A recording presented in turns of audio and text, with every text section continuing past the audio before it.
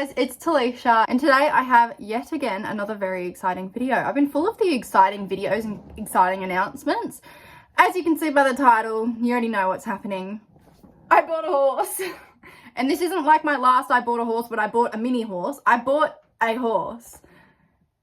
I impulse bought a horse, to be specific. Not one part of me was going to buy a horse anytime, well, like virtually ever. I was not ever going to buy another horse again. I decided that what I'm doing from now on is I'll breed from Bambi and I'll get things from Bambi, and that's how I'm going to get my next dressage horse. That was my decision, right? And then this gorgeous mare came along. So the way this mare came into my life is because obviously it is funnily enough through my whole breeding process that I've been doing. So my vet actually said to me, hey, Talisha, do you take on projects to buy? Like, do you, like, I know you take on client horses and things like that, but do you take on horses to buy and like sell on, or like, would you take on a project that's not broken? I said, look, I normally don't, but if it was a quality enough horse and a good enough price, I would consider it. Why is that? She said, oh, I have a client who has a warm blood mare. And I was like, oh, tick, tick. She's unbroken. She is well bred, tick. And unbroken, tick. I've decided I'm only buying things that are unbroken anyway. But, I mean, I wasn't going to buy. Anyway, rambling. And then she's like, she's blingy, tick. Chestnut, tick. Okay. And she's like, she is nearly 5, so she is selling her for a really good price because she's older. She's unbroken, like she turns 5 in January, so probably by the time this video is up, she will be 5. And they didn't have the chance to get her broken in during COVID because they couldn't get any breakers, and she's just at that age now where she doesn't want to spend the money to get her broken in.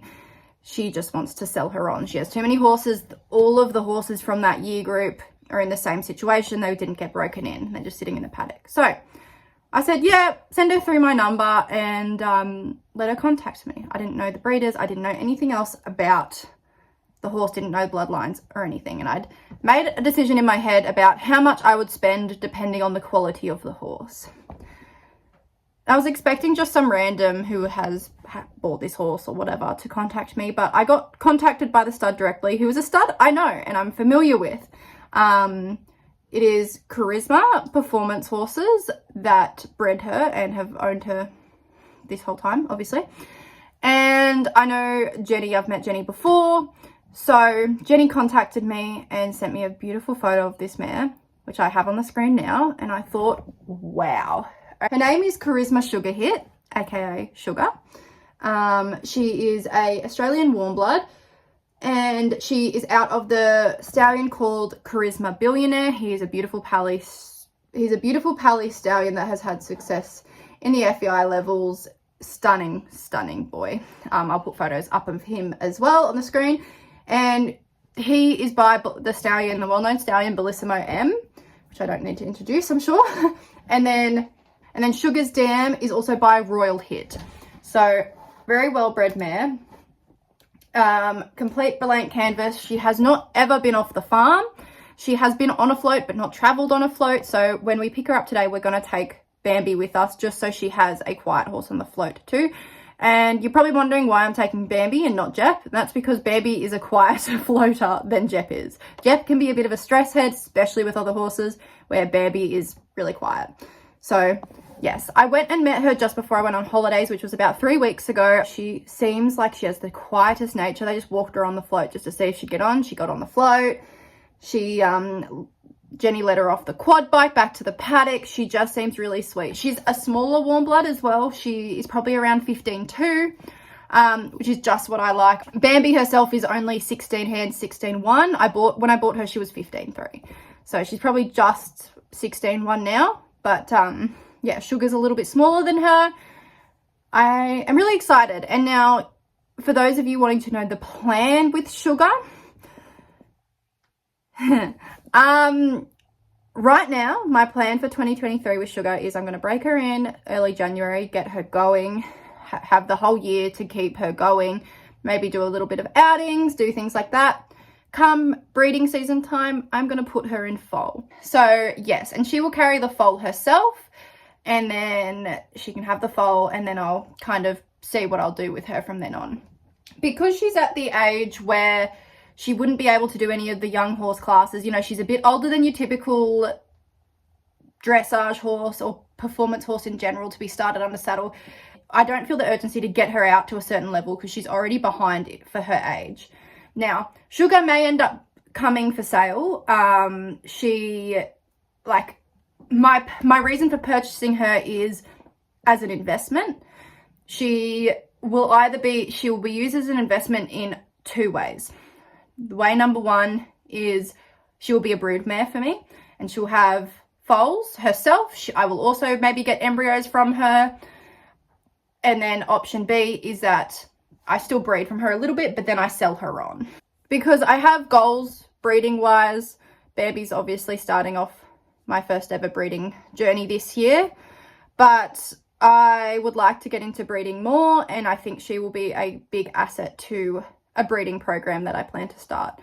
Obviously Bambi will be my main mare, but Bambi will never have the foals herself via embryo transfer every year from her.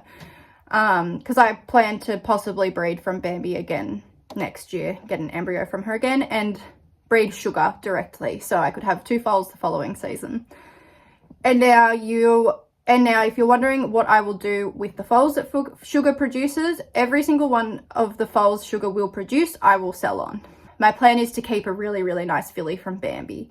So we'll see how she goes under saddle as well as to what her future is with me. But I'm really excited about her. I'm picking her up today, just before Christmas, which is also really exciting. And what's funny is my breeding video. So my breeding video, which you would have already seen, but yesterday, that is when I found out I have a positive pregnancy 14-day scan. Then the very next day, I'm picking up my new horse. This is seriously the best week of my life. I'm really excited. But yeah, let's go get Sugar. I'm in the car trying to fix my boot. Floats on. Now, just gonna move it down, get Bambi. Deaf dog. Won't come inside.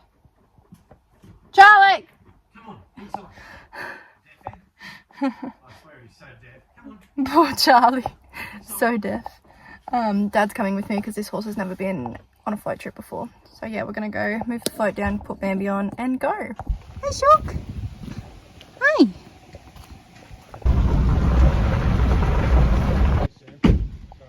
We're home. Sugar.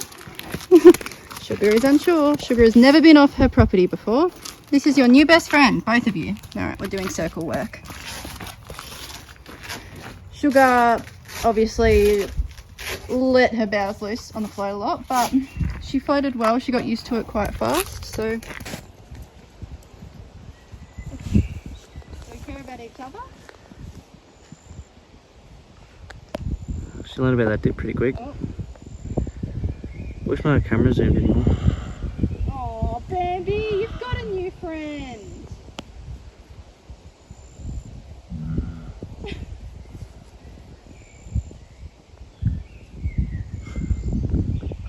My phone's on 1%.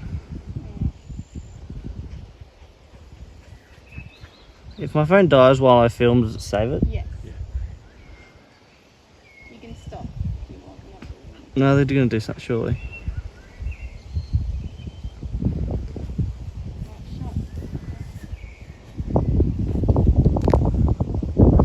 Surely it's harder to film on TikTok because you have to keep deleting it. Yeah, I just film in bursts. Do something.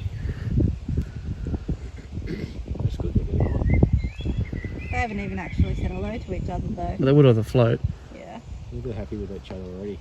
Because they had. Yeah, this is what happened, remember, Sam, when we grabbed Skittles too. Well, they didn't have a choice to. Oh, don't sneeze.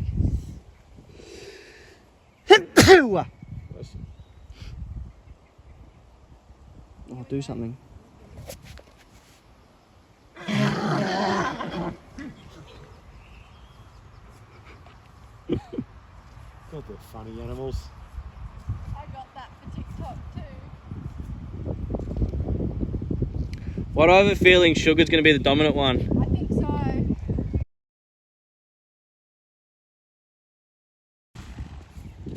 It's so funny though, like they've been float together, or they've been trotting next to each other. As soon as they go face to face, it's not, fuck off.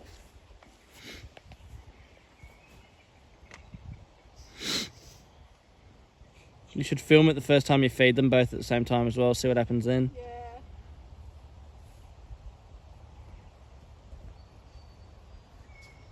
They have a shit tail, Sugar.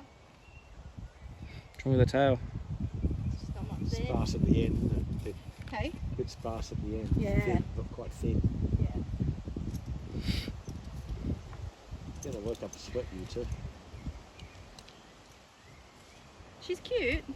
She's a lot bigger than I thought she was going to be. Very nice coat on her. So shiny. Especially considering she's not.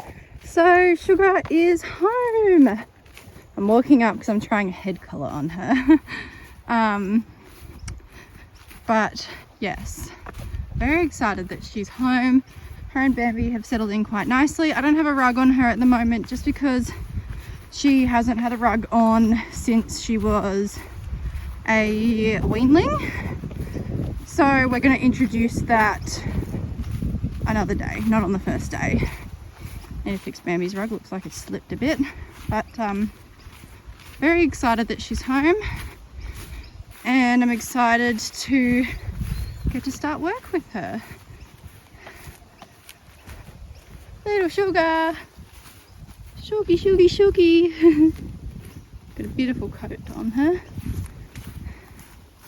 But yeah, how exciting.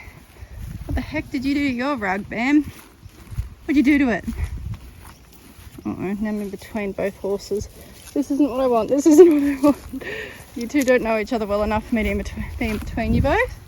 Let me just fix your rug. Good girl. Oh God.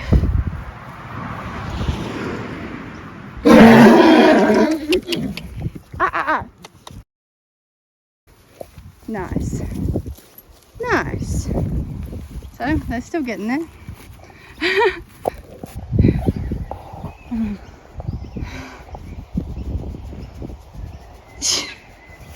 Your poor funny faces. The different?